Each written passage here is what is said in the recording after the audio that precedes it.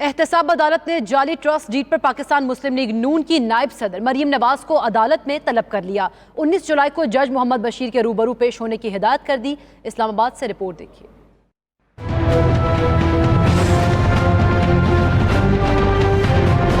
Even field reference میں مریم نواز کی جانب سے دی گئی ٹرسٹ ڈیڈ جعلی نکلی۔ ملزمان نے سزا یافتہ مجرم نواز شریف کی پراپرٹیز چھپانے میں معاونت کی۔ نیب آرڈیننس کے سیکشن 3A کی مجرم ہے۔ نیب نے احتساب عدالت میں درخواست جمع کرا دی۔